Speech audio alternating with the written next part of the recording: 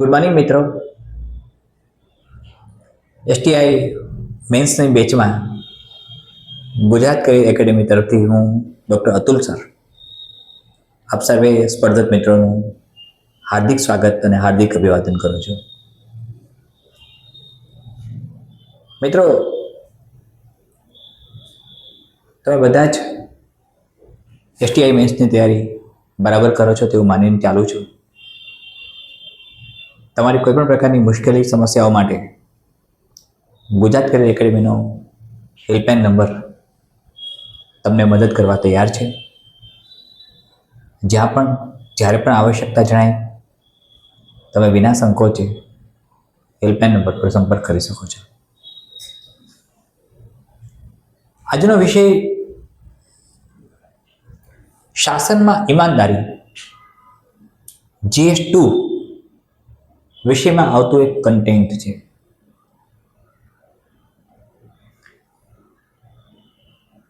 પ્રોબિટી in governance સાથે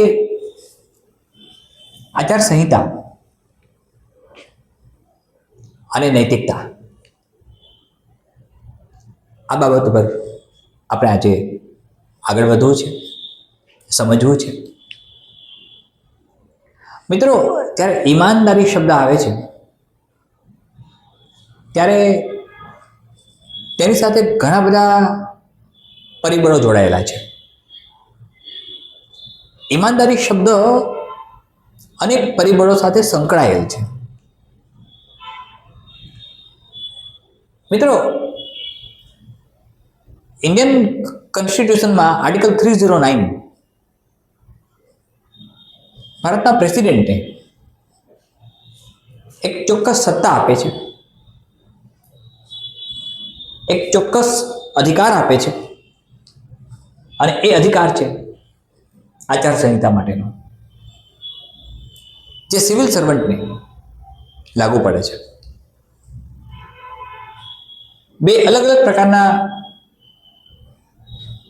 lose બન્યા છે under article 309 president of India દ્વારા. 1951માં મિત્રો અખિલ ભારતીય સેવા કાનૂન આવ્યો. 1951 અખિલ ભારતીય સેવા કાનૂન. 1964 કેન્દ્રીય સિવિલ સેવા કાનૂન.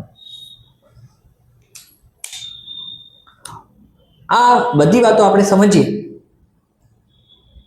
સાથે નૈતિક સંહિતા માટે સેકન્ડ ARC, જેની વિગત ચર્ચા પછીના એક સેશનમાં હું કરવાનો છું, ઘણી બધી કરવાનો છું. અને ખૂબ જ મહત્વનો પોઈન્ટ UPSC GPSC 1-2 મેન્સ માટે, DYSO મેન્સ માટે ખૂબ જ તેનું મહત્વ છે. એડમિનિસ્ટ્રેટિવ રિફોર્મ્સ કમિશન વીરપ્પા મોઇલીના અંડરમાં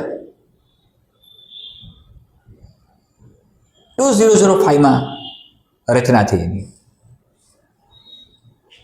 મિત્રો, એનું કારણ શું? કે વહીવટી સુધારણા આયોગની રચના કરવી પડી. સેકન્ડ વહીવટી સુધારણા આયોગની. સેકન્ડ વહીવટી સુધારણા આયોગે કેટલાક ચોક્કસ માપદંડો આપ્યા, કેટલીક ચોક્કસ શરતો પણ આપી, કેટલીક ચોક્કસ બાબતો પર ધ્યાન આપ્યું.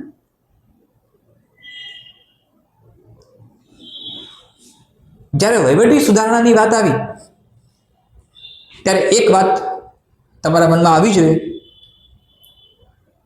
કે રિફોર્મેશન જરૂરી ક્યારે બને? જ્યારે કશુંક એવું બને છે જેને રિફોર્મ કરવાની ઓથોરિટીની જરૂર પડે છે. મિત્રો, શાસનમાં ઈમાનદારી,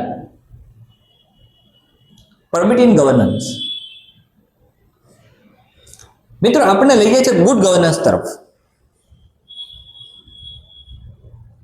અને ગુડ ગવર્નન્સ એક એવી વસ્તુ છે જેમાં સિવિલ સર્વન્ટ મહત્વની ભૂમિકામાં આવી જાય છે. તેનું મહત્વનું યોગદાન છે. ઈમાનદાર શબ્દ એક બ્રોડ આસ્પેક્ટમાં ખૂબ જ વિસ્તૃત પરિપ્રેક્ષ્યમાં છે. એ અનેક પરિબળો સાથે જોડાયેલ છે. તો ઈમાનદારીનો સ્પષ્ટ અર્થ કયો? મિત્રો, ઈમાનદારી સાથે કનેક્ટેડ સંબંધિત જે મહત્વના શબ્દો આવે તેમાં એક જવાબદારી આવે છે.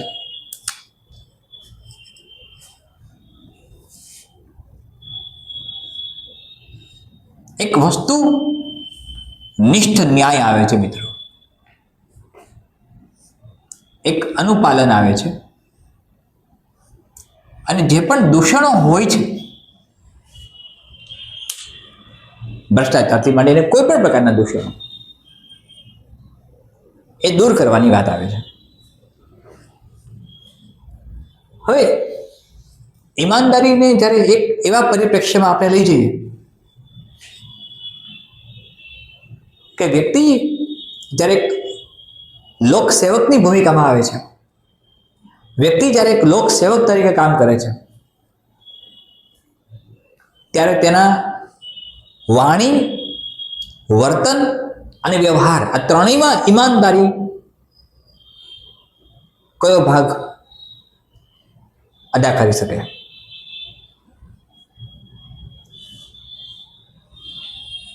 મિત્રો,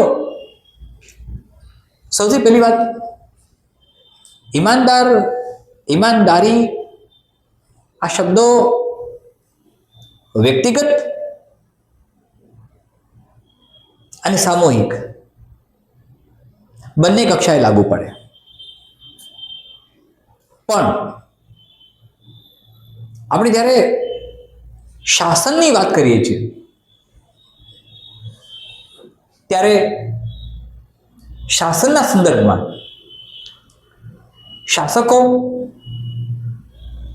જે પણ કાર્ય કરે છે પ્રજા હિતમાં, પ્રજા કલ્યાણ માટે, પ્રજા માટે, લોકો માટે, નાગરિકો માટે, ત્યારે તેમાં રહેલા સિવિલ સર્વન્ટ્સ કયા પ્રકારે વર્તન કરે છે? મિત્રો, એક વર્ડ જવાબદારી છે. જવાબદારીથી ઈમાનદારી નિભાવવી, જવાબદારીથી ઈમાનદારી નિભાવવી. એક સિવિલ સર્વન્ટ પાસે અનેક સમસ્યાઓ હોય છે લોકોની. લોકો માટે તટસ્થ રીતે ન્યાય આપવાનો છે. મિત્રો, જ્યારે જવાબદારી આવે ત્યારે બીજા બે શબ્દો આવી જાય. એક સહનશીલતા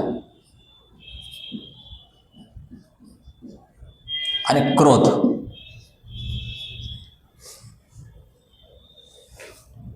આ બંને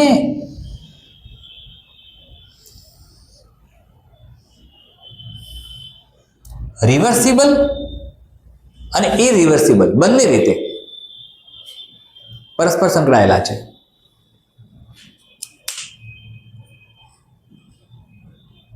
મનોવૈજ્ઞાનિક દ્રષ્ટિકોણથી જોઈએ તો જે સહન કરી શકાય, જે પરિસ્થિતિ, એ પરિસ્થિતિ ભૌગોલિક હોય, સામાજિક હોય, પારિવારિક હોય, વ્યક્તિગત હોય, જે સહન કરી શકાય છે, જે સહ્ય છે. સહ્યનો અર્થ એવો થાય કે સહ્ય એટલે એ આપણે સહન કરી શકીએ છીએ, ચલાવી શકીએ છીએ. જો એ સહનશીલતા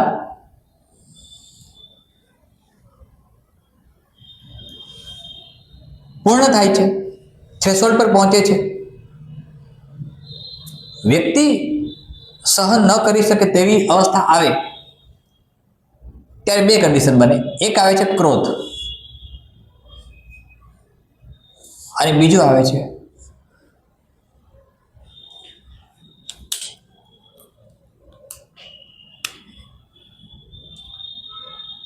છટકી જવું, છટકબારી.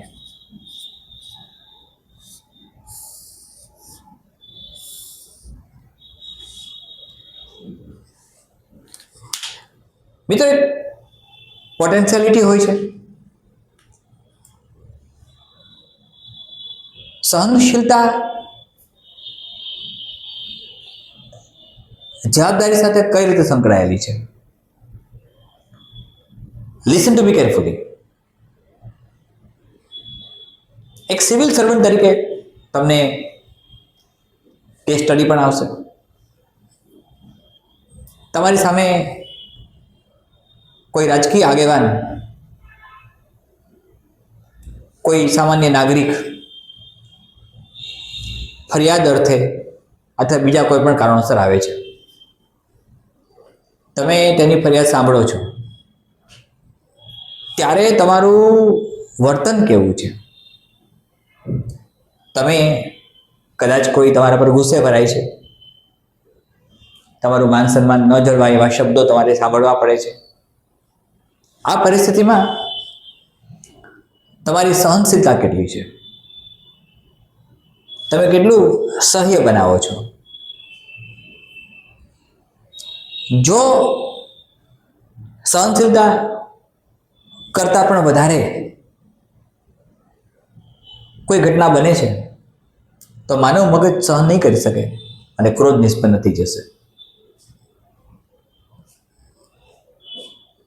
ક્રોધ નિષ્પન્ન થશે એટલે એના અલગ અલગ ફિલોસોફિકલ આસ્પેક્ટ્સ આવશે, તાત્વિક વિચારધારાઓ આવશે.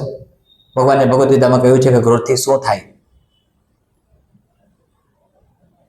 વ્યક્તિ ક્રોધિત બને ત્યારે કઈ પરિસ્થિતિ થાય એ ભાન ભૂલી જાય છે. સ્થળ, સમય, સંજોગોનું. એરિસ્ટોટલ અને પ્લેટોએ એંગરની ઘણી બધી વ્યાખ્યા આપી છે.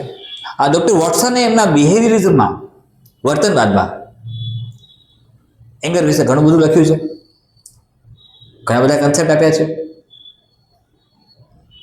અને એમાં વ્યક્તિ પોતાનું અસ્તિત્વ ક્રોધમાં ગુમાવી બેસે.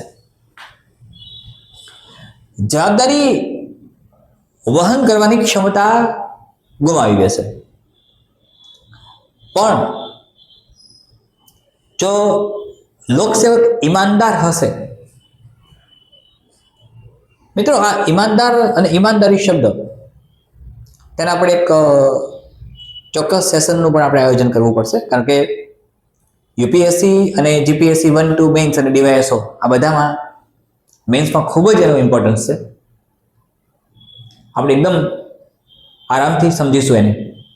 પણ જવાબદારી જ્યારે એ અદા કરે છે ત્યારે એનામાં એક સહનશીલતાનો ગુણધર્મ હોય છે. એ નથી થતું સહન ત્યારે ક્રોધ નિષ્પન્ન થશે અથવા તો એ છટકી જશે. છટકી જવું એટલે શું? જે પરિસ્થિતિનો સામનો કરી શકતા નથી તો એ પરિસ્થિતિમાંથી છટકબારી શોધવી છે. અને કેનનની વ્યાખ્યા મુજબ, he was a biologist, કેનનની વ્યાખ્યા મુજબ એડ્રેનાલિનના સિક્રેશનથી ફાઇટ અને ફ્લાઇટની કન્ડિશન આવશે. જ્યારે ફાઇટની કન્ડિશન આવે ત્યારે ક્રોધ થાય છે અને ફ્લાઇટની કન્ડિશન આવે ત્યારે છટકી જવું થાય છે. પણ એક ઈમાનદાર શાસકે, એક ઈમાનદાર પબ્લિક સર્વન્ટે, એક ઈમાનદાર સિવિલ સર્વન્ટે તેની જવાબદારીઓ બરાબર નિભાવવાની છે. અને એ જવાબદારી નિભાવવા માટે તેનામાં પારદર્શિતા, પ્રામાણિકતા, સંયમ, શિસ્ત, વિવેક અને બૌદ્ધિક સમજણ સાથે સામાજિક સમજણ હોવી જોઈએ. મિત્રો, વ્યક્તિના જીવનમાં જ્યારે હું વ્યક્તિ શબ્દ મૂકું છું ત્યારે શબ્દ પર્સન થાય છે. મિત્રો, પર્સન શબ્દ વાસ્તવમાં પર્સોનિફિકેશન, પર્સોના પરથી આવ્યો અને પર્સોનાનો અર્થ થાય મુખવટો.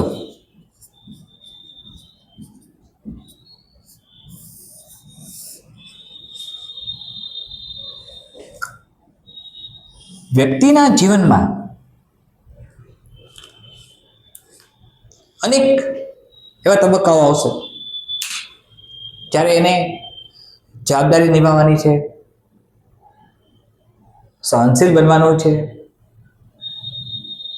વ્યક્તિ સંયમ, ધીરજ, વિશ્વાસ, શ્રદ્ધા, શાંતિ, સમર્પણ, આત્મવિશ્વાસ, શિસ્ત, આ બધા જ પારદર્શિતા, પ્રામાણિકતા, આ બધા જ ગુણધર્મો ક્યારે ધરાવી શકે? મિત્રો, કોઈ પણ વ્યક્તિ પાસે સામાન્ય રીતે એક EQ હોય છે, ઇમોશનલ ક્વોશન્ટ, ભાવનાત્મક આંક. એક IQ હોય છે, બૌદ્ધિક આંક. એક SQ હોય છે, સ્પિરિચ્યુઅલ ક્વોશન્ટ, અને એક બીજો SQ હોય છે, સોશિયલ ક્વોશન્ટ. વ્યક્તિએ આ બધામાંથી emotional quotient, intelligent quotient, spiritual quotient અને સોશિયલ ક્વોશન્ટ એ પ્રમાણે એ તેનું વર્તન કરશે.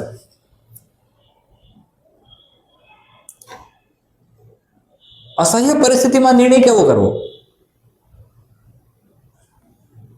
જવાબદારી કઈ રીતે નિભાવવી ત્યારે પરિસ્થિતિ અસહ્ય છે, સહન ન થઈ શકે તેવી પરિસ્થિતિ ઉત્પન્ન થઈ, એ કોઈ પણ પ્રકારની હોઈ શકે, ત્યારે વ્યક્તિએ તેના EQ, IQ, SQ તેના આધારે નિર્ણય કરવો પડશે. જવાબદારી ની જ્યારે વાત આવે ત્યારે તેમાં હંમેશા જવાબદારીમાં લિસન ટુ મી, ધ્યાનથી સમજજો, હંમેશા IQ ગ્રેટર ધેન EQ હોય છે. IQ is always greater than EQ. એ બુદ્ધિથી નિર્ણય કરે છે, ભાવનાત્મકતાથી નહીં. નિર્ણય એનો બૌદ્ધિક હોય છે, રેશનલ હોય છે. ઈમાનદાર શબ્દ જ્યારે આવે છે ત્યારે એનો અર્થ એવો થાય છે કે પૂર્ણ સંતુલન સાથે સંપૂર્ણ રીતે બૌદ્ધિક નિર્ણય કરે છે. મિત્રો, ભાવનાત્મક નિર્ણય અને બૌદ્ધિક નિર્ણય વચ્ચે જમીન આસમાનનો તફાવત છે. આ બંને વચ્ચે એક દ્વંદ્વાત્મક સ્થિતિનું નિર્માણ થાય છે. યુપીએસસીમાં આ પ્રકારના સવાલો ઘણી વખત પૂછાયેલા છે. જ્યારે મેં મેન્સની એક્ઝામ યુપીએસસી સિવિલ સર્વિસીસની આપેલી ત્યારે આ પ્રકારના સવાલો તૈયાર કરેલા.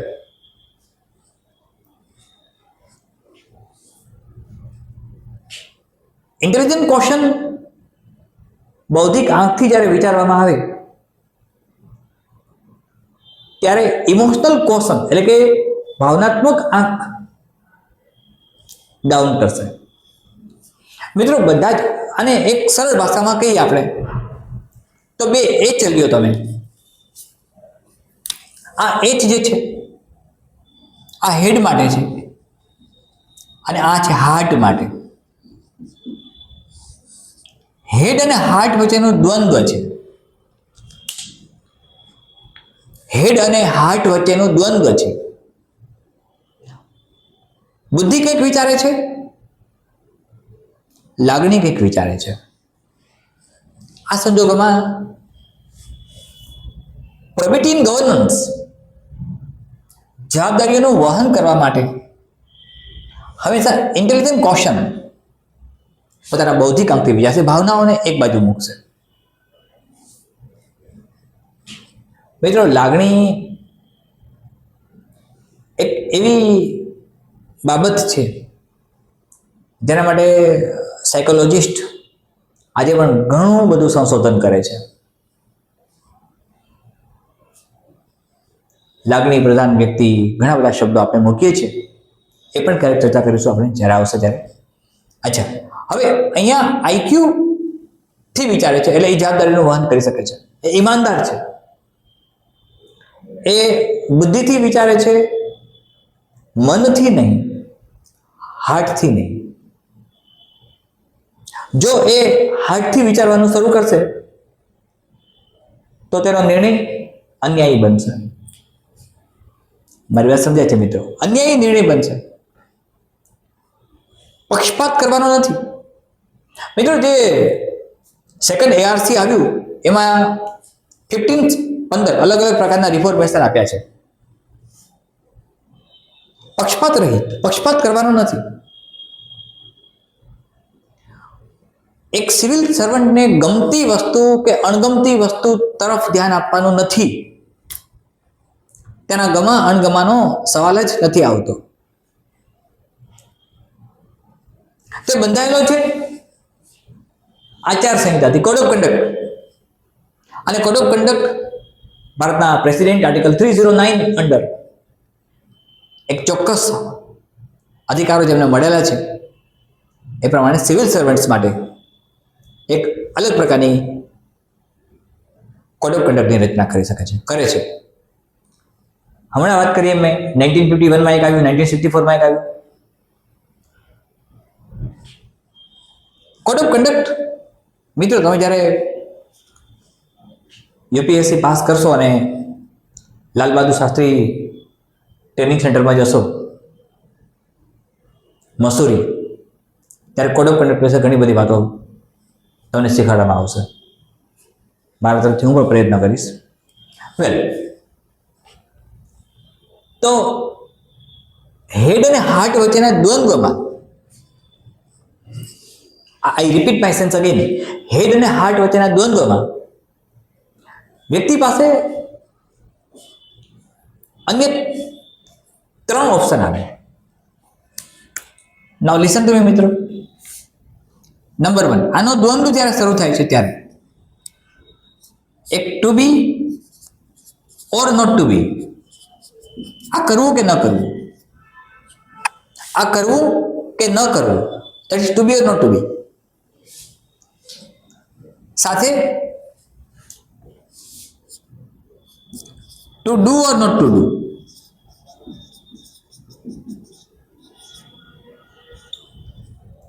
હોવું ન હોવું, કરવું ન કરવું, અને to have or not to have, આ ધરાવવું કે ન ધરાવવું. આ 3 કન્ડિશન આવી. આ એક દ્વંદ્વાત્મક સ્થિતિ છે જેમાં સિવિલ સર્વન્ટે નિર્ણય લેવાનો છે. જ્યારે એ પસાર થાય છે જવાબદારીઓમાંથી, એક ઈમાનદાર સિવિલ સર્વન્ટ, ત્યારે એ to be or not to be, હોવું કે ન હોવું, to do or not to do, કરવું કે ન કરવું, to have or not to have, આ હોવું જોઈએ કે ન હોવું જોઈએ. મિત્રો, સિવિલ સર્વન્ટ માટે તમને ખ્યાલ જ છે કે ગિફ્ટ કોઈ એ લે છે તો એ ગિફ્ટ અમુક રૂપીસ સુધી એના માટે માન્ય છે, પછી એ મળેલી ગિફ્ટ વિશે તેણે ઓથોરિટીને ઇન્ફોર્મ કરવી પડે છે. તો to have and not to have, to have and not to have, ધરાવવું કે ના ધરાવવું, to do or not to do, કરવું કે ના કરવું, to be or not to be, હોવું કે ના હોવું, આ એક કન્ડિશન આવી મિત્રો. Listen to me. હમણાં જ મેં કહ્યું એમ, સહનશીલતા અને ક્રોધથી રિવર્સિબલ અને ઇરિવર્સિબલ બંને કન્ડિશનમાં આવે છે. વ્યક્તિ પાસે જે ઇમોશનલ કોશન છે અને ઇન્ટેલિજન્ટ કોશન છે, તેમાંથી એક એસક્યુ એનું સોશિયલાઇઝેશન કર્યું હોય છે. એસક્યુ એ આખી એક અલગ વસ્તુ છે અને સ્પિરિચ્યુઅલ કોશન અલગ વસ્તુ આવે છે મિત્રો. ક્યારેક સ્પિરિચ્યુઅલ કોશન જો હાઈ બને અને ઇન્ટેલિજન્ટ કોશન અને ઇક્યુ પર તેનો કંટ્રોલ થઈ જાય તો ભગવાને ભગવદ્ ગીતામાં કહ્યું છે તેમ સ્થિત પ્રજ્ઞાના લક્ષણો આવે છે. સ્થિત પ્રજ્ઞા મિત્રો, ક્યારેક ક્યારેક મને એવું લાગે કે ભગવદ્ ગીતામાં કદાચ એડમિનિસ્ટ્રેટિવ પોલિસીસ ભગવાન કૃષ્ણએ ગજબની આપી છે. કૃષ્ણ કોને બાજ હતા? કૃષ્ણ પોલિસી મેકર હતા. કૃષ્ણ એડમિનિસ્ટ્રેટિવ પોલિસીના બેતાજ બાદશાહ હતા.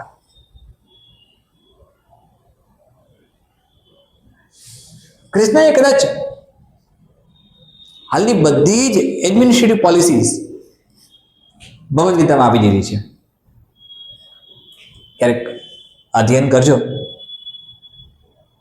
અને એટલે જ એક જ શબ્દમાં અથવા એક જ વાક્યમાં મહાત્મા ગાંધીએ કહ્યું છે કે જ્યારે મન અશાંત હોય, કોઈ નિર્ણય ન થતો હોય, એવી કન્ડિશન આવે, એવી પરિસ્થિતિ આવે, ત્યારે ભગવદ્ ગીતાનું વાંચન કરવું. ભગવદ્ ગીતામાંથી ઉત્તર મળી જશે. મિત્રો, આ પરિસ્થિતિમાં જ્યારે જવાબદારીની વહન કરવાની વાત આવે ત્યારે ઈમાનદાર શાસક, ઈમાનદાર પબ્લિક સર્વન્ટ તેના ઇન્ટેલિજન્ટ કોશનના આધારે કરી શકે છે. Listen to me carefully. વસ્તુનિષ્ઠ ન્યાય, લિસન ટુ મી, જસ્ટિફિકેશન. હવે એ વસ્તુનિષ્ઠ ન્યાય કેમ આપી શકાય? મિત્રો, તમને બધાને ખબર છે, અદ્ભુત વાત છે, ભગવાન પરશુરામ પાસે કર્ણ વેશ પલટાવીને, સાચી ઓળખ છુપાવીને શસ્ત્રદાન મેળવવા જાય છે.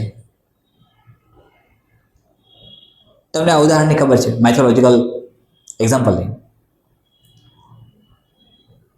ભગવાન પરશુરામના સાનિધ્યમાં કર્ણનું શૈક્ષણિક જીવન શાસ્ત્રાર્થ મેળવવા માટેનું, શાસ્ત્રાર્થ નહીં પણ શસ્ત્રાર્થ મેળવવા માટેનું ચાલતું રહેલું છે. એક દિવસ ભગવાન પરશુરામ આરામ કરતા હોય છે, કર્ણના ખોળામાં માથું રાખીને. કર્ણએ તેની ઓળખ ક્ષત્રિય તરીકે આપી છે, બ્રાહ્મણ તરીકે આપી છે, સોરી. અને પરશુરામનો નિયમ હતો કે માત્ર બ્રાહ્મણોને વિદ્યા આપવી, શસ્ત્રદાન આપવું. એ બ્રાહ્મણ તરીકે એની જાતને ઓળખાવે છે ને કહે છે. મિત્રો, અચાનક કોઈ ઇન્સેક્ટ કે ગમે તે પોઈઝનસ ટોક્સિક સ્નેક કે whatever like the scorpion એને ડંખે છે, બાઇટ કરે છે કર્ણને, અને કર્ણના શરીરમાંથી લોહી વહે છે અને એ લોહી પરશુરામને સ્પર્શ કરે છે. પરશુરામની નિંદ્રા તૂટે છે, જુએ છે કર્ણને,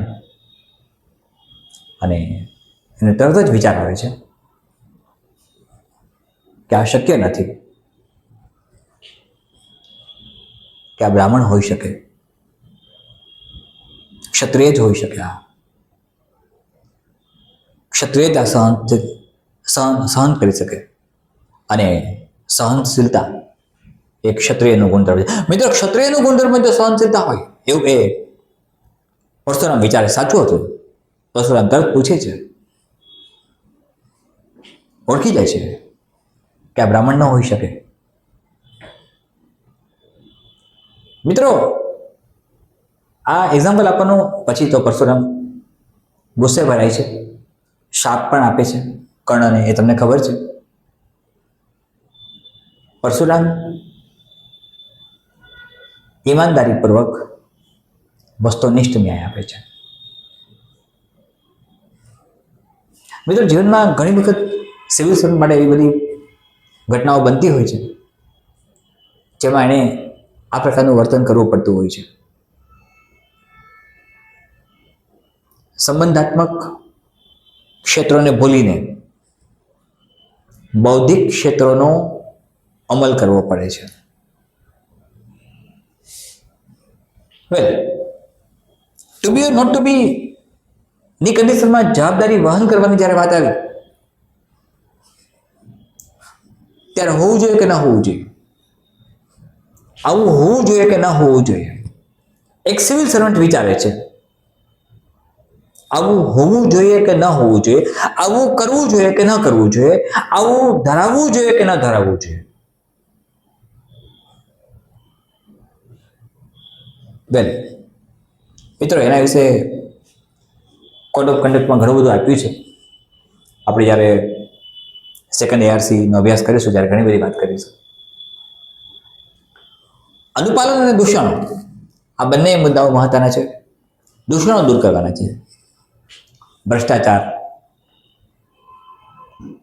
મિત્રો એક સતત તમારા મનમાં એકદમ ગૂંથાયેલી વાત છે અને લગભગ દરેક મેન્ટર વારંવાર આ વાક્ય બોલે છે. હું પણ બોલું છું, ફરીથી બોલું છું. Power corrupts man and absolutely power corrupts man absolutely.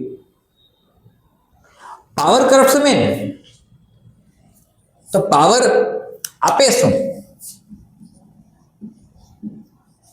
Power corrupts main, power શું આપે? શક્તિ આપે.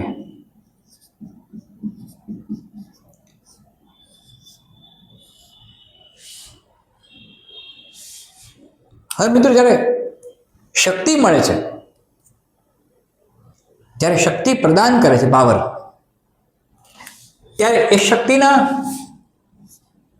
બંને પ્રકારના સદુપયોગી થાય છે અને દુરુપયોગી થઈ શકે છે.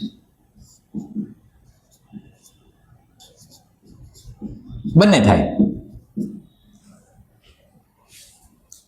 સદુપયોગી થાય શક્તિના અને દુરુપયોગ થાય. હવે એ શક્તિના ઉપયોગ કે દુરુપયોગ એ વ્યક્તિમાં રહેલા, વ્યક્તિની અંદર રહેલા, લિસન ટુ મી, મને ધ્યાનથી સમજજો, વ્યક્તિની અંદર રહેલા કેટલાક એવા ગુણધર્મો નક્કી કરે છે જે એને દોરી જાય છે કે એને સદુપયોગ કરવાનો છે કે દુરુપયોગ કરવાનો છે.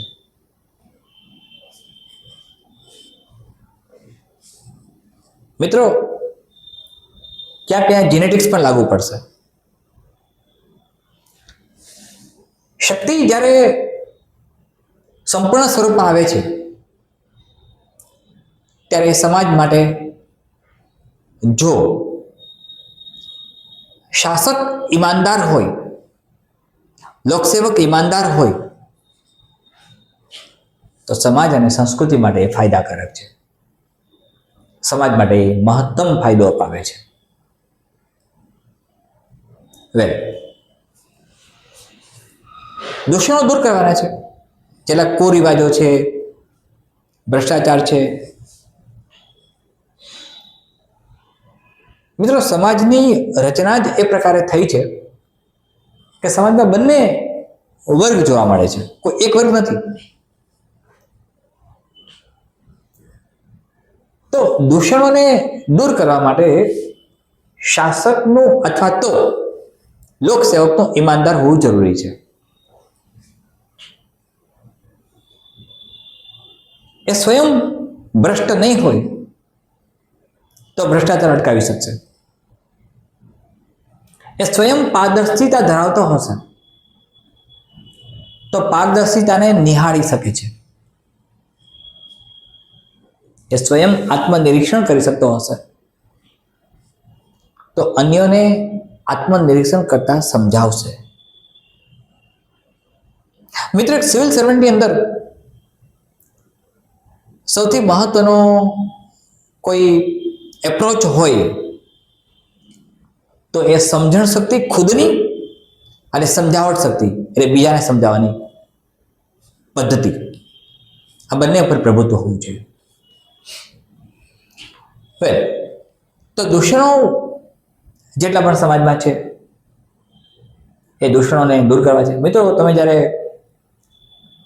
કેસ સ્ટડી હું તમને શીખવાડીશ આગળ, ત્યારે ઘણા કેસ સ્ટડી એવા આવશે. ભાવનાત્મક આંક અને બુદ્ધિ આંક છે, જ્યારે સંઘર્ષ થતો હોય છે, કોઈ સિવિલ સર્વન્ટ હોય અને એના જ ફેમિલીમાંથી કોઈ ક્રાઇમ કર્યો હોય અને કોઈ નિર્ણય લેવાની ક્ષમતા, નિર્ણય લેવાનો સમય આવે ત્યારે એની ક્ષમતા કઈ છે, તટસ્થતાની કઈ છે, પ્રામાણિકતાની કઈ છે. કારણ કે ત્યારે ઇન્ટેલિજન્ટ ક્વેશ્ચનથી વિચારવાનું છે, આઈક્યુથી વિચારવાનું છે, ઇક્યુથી નહીં. મેં કહ્યું એમ હાર્ટ અને હેડ વચ્ચેનો જે દ્વંદ્વ છે એમાં એને હેડથી વિચારવાનું છે, હાર્ટથી નહીં. તો એ ઈમાનદાર રહી શકશે, તો એ નિષ્પક્ષ રહી શકશે. અને આ ગુણધર્મો માટે જ સામાન્ય રીતે લોકસેવક, સિવિલ સર્વન્ટ તેના કામથી પ્રસિદ્ધ થાય છે.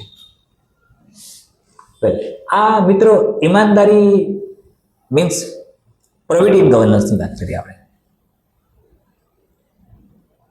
હવે આ જે ઇક્યુ, આઈક્યુ, એસક્યુ, એસક્યુ એ એક સિવિલ સર્વન્ટના જીવનમાં ખૂબ જ મહત્વની ભૂમિકામાં આવશે.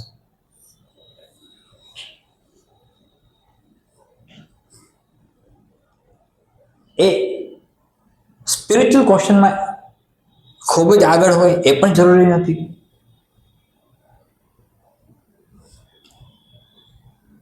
આખો દિવસ ભક્તિ કરવાની નથી એને ખબર છે. મિત્રો, સિવિલ સર્વન્ટ એક એવી અવસ્થા છે જેમાં વારંવાર કહ્યું છે કે તટસ્થ રહે છે, નિરપેક્ષ રહે છે, પક્ષપાત રહિત રહે છે, કોઈ પ્રકારનો પક્ષપાત નથી કરતા.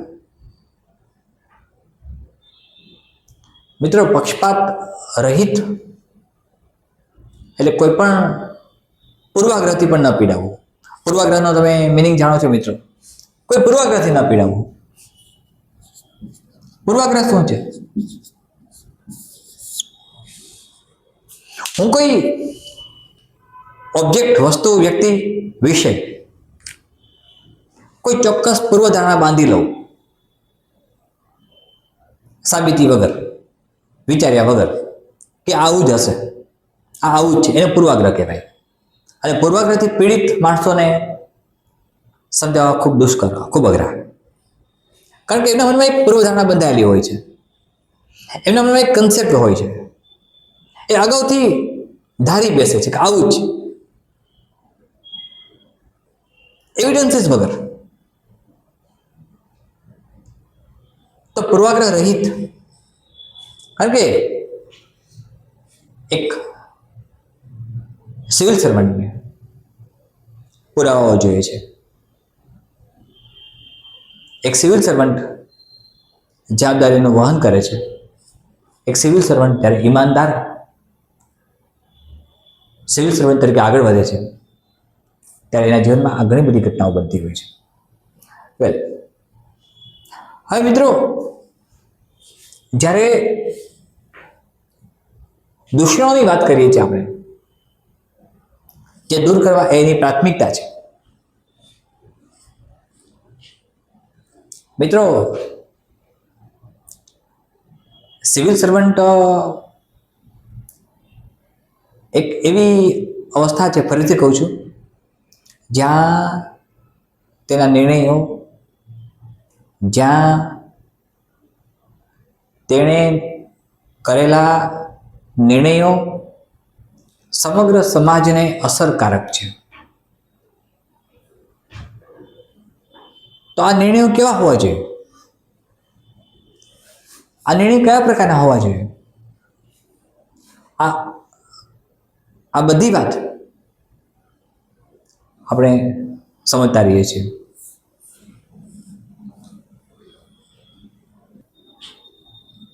એના માટે મિત્રો કોડ ઓફ કન્ડક્ટ બન્યા છે. આર્ટિકલ 309 નીચે. તો ઈમાનદાર વ્યક્તિ કેવો હોવો જોઈએ, ઈમાનદારી પૂર્વકનું વર્તન કેવું હોવું જોઈએ, એક લોકસેવક ઈમાનદાર કઈ રીતે બની શકે છે, કયા કયા ગુણધર્મો હોવા જોઈએ, એને મળેલા પાવરનો જે એક શક્તિ પ્રદાન કરે છે એનો એ સદુપયોગ કે દુરુપયોગ કેવી રીતે કરી શકે છે. મિત્રો આરટીઆઈ વિસલ બ્લોઅરની જ્યારે ભૂમિકા આવે છે ત્યારે એમાં પણ ઘણી વાતો આપણે કરીશું.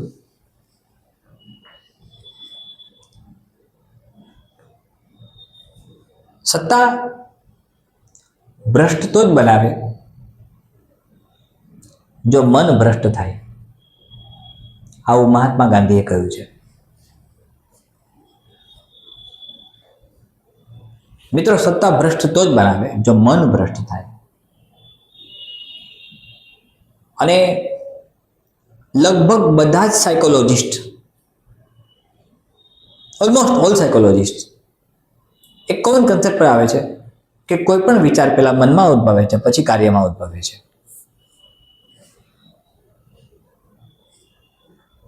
ડોક્ટર કિરણ બેદી જ્યારે તિહાર જેલના સુપ્રિન્ટેન્ડન્ટ હતા ત્યારે એમણે ઘણા બધા કેદીઓ માટેના રિફોર્મેશન્સ પ્રોગ્રામ મૂક્યા. તેઓ હંમેશા કહેતા, જે હું મારા ક્રિમિનોલોજીના સ્ટડી માટે ભણી ગયો હતો, તેઓ હંમેશા કહેતા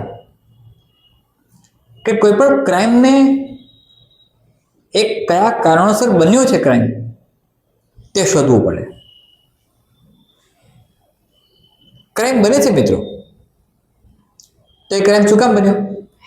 એક શાસક ઈમાનદાર કેમ નથી, એક પ્રજાસેવક, એક લોકસેવક ઈમાનદાર કેમ નથી, કયા કારણો છે?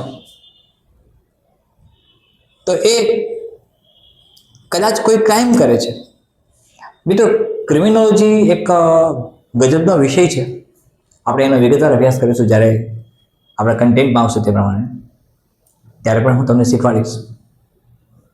એમ એક સિવિલ સર્વન્ટના મનમાં આ બધી વસ્તુઓ આવતી હોય છે. જવાબદારી, વસ્તુનિષ્ઠ ન્યાય, અનુપાલન, દૂષણો, અને મેં કહ્યું એમ જે એડમિનિસ્ટ્રેટિવ રિફોર્મ્સ કમિશન 2005માં બન્યું, જેને લીડ કર્યું વીરપ્પા મોઇલીએ. તેમાં નવા અપ્રોક્સિમેટલી 15+ કેટલાક કન્સેપ્ટ આપ્યા છે. આપણે ચર્ચા નિરાંતે કરીશું, આખું એક સેશન લઈશું, તમને હું એ બધું સમજાવીશ.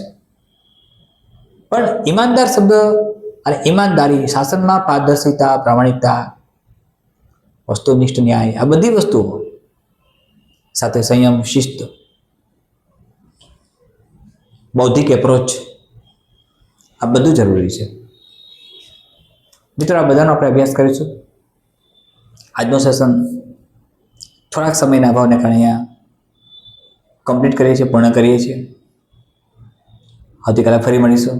કેટલાક એના અગત્યના ક્વેશ્ચન્સ તમને હું આપું છું. મિત્રો આન્સર રાઇટિંગ સ્કિલ માટે એક શેડ્યુલ બને છે. તમે કયા પ્રકારના આન્સર્સ લખો છો, કઈ રીતે લખો છો. મેં એક વખત તમને કમિટમેન્ટ આપ્યું છે, યાદ હોય તો, કે તમારે દરરોજ 40 to 50 આન્સર્સ તૈયાર કરવાના છે. અને હું કરાવવા તૈયાર છું. તમારી તૈયારી હોય તો હું મારા તરફથી STI મેઇન્સ માટે આન્સર રાઇટિંગ પ્રેક્ટિસ શેડ્યુલ બનાવવા, આન્સર રાઇટિંગ પ્રેક્ટિસ માટે તમે કયા પ્રકારે આગળ વધી શકો તેનું માર્ગદર્શન આપવા તૈયાર છું. સાથે મિત્રો મેં એમ કહ્યું છે, એક જાહેરાત મેં કરી છે કે ડીવાયએસઓ આવે છે, તો ડીવાયએસઓ માટે પણ આપણે વિચારીએ છીએ. બલકે ડીવાયએસઓનું રજિસ્ટ્રેશન પણ શરૂ કરીશું. JPSC 1-2 મેન્સ માટે મિત્રો ખૂબ જ ગંભીરતાથી આગળ વધીએ છીએ. તમે જેટલું મહેનત કરશો, તમે જેટલો પુરુષાર્થ કરશો, એટલા જ અમે તમારી સાથે રહી શકશું. તમારી મહેનત તમારો પ્રચંડ પુરુષાર્થ રંગ લાવશે. બંનેની શ્રદ્ધાની ખાતરી છે. અને તમે પણ એક નૈતિક જવાબદારી સાથેના અધિકારી બનો. તમારામાં નૈતિકતાના બધા જ ગુણધર્મો રહે અને એક સારા ઓફિસર બનો, સારા અમલદાર બનો, એવું હૃદયથી ઈચ્છું છું.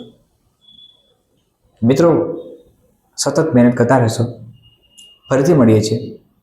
જ્યાં પણ જરૂરી લાગે ત્યાં આ યુટ્યુબ લિંકને મિત્રો તમારા અન્ય મિત્રો પાસે મોકલાવો.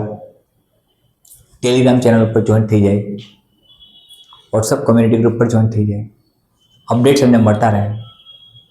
જે પણ આવશ્યક વાતો છે, આવશ્યક મુદ્દાઓ છે, આવશ્યક કન્ટેન્ટ છે, આવશ્યક અભ્યાસક્રમમાં જે પણ આપ્યું છે એ બધું આપણે સરળતાથી, સહજતાથી શીખી શકીએ અને તમારી રાઇટિંગ સ્કિલ મેક્સિમમ કેટલી ડેવલપ થાય.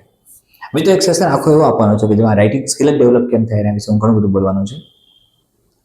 તો ફરીથી મળીએ છીએ આપણે આવતીકાલે. મિત્રો, મહેનત કરતા રહેશો અને પ્રચંડ પુરુષાર્થ કરજો. તમારો પુરુષાર્થ અસીમ હોવો જોઈએ, અથાક હોવો જોઈએ, અતુલ્યનીય હોવો જોઈએ. મિત્રો, જીપીએસસી 1-2ના સંદર્ભમાં પણ રજિસ્ટ્રેશન પ્રોસેસ શરૂ કરવા જઈ રહ્યા છીએ. રેવન્યુ તલાટીના સંદર્ભમાં પણ એ પ્રોસેસ ચાલુ છે. મોરેવર, મેં કહ્યું એમ ડીવાયએસઓ જો આવે છે તો આપણે એના માટે પણ એકદમ ગંભીરતાથી વિચારીએ છીએ. તમારી મહેનત સતત ચાલુ રહ્યું છે મિત્રો. બધા જ આપણે ધીમે ધીમે બંધારણ તરફ પણ જઈશું, ભૂગોળ તરફ પણ જઈશું, સાયન્સ અને ટેકનોલોજી પણ કરાવીશ, ભારતનો ઇતિહાસ પણ કરાવી દઈશ. ગુજરાત કેરિયર એકેડેમી જુનાગઢ તરફથી હું ડૉક્ટર અતુલ સર તમારા માટે વચનબદ્ધ છું, પ્રતિબદ્ધ છું. તમારી મહેનત જ કામ લાગવાની છે મિત્રો. હું તો માત્ર માર્ગદર્શન આપું છું.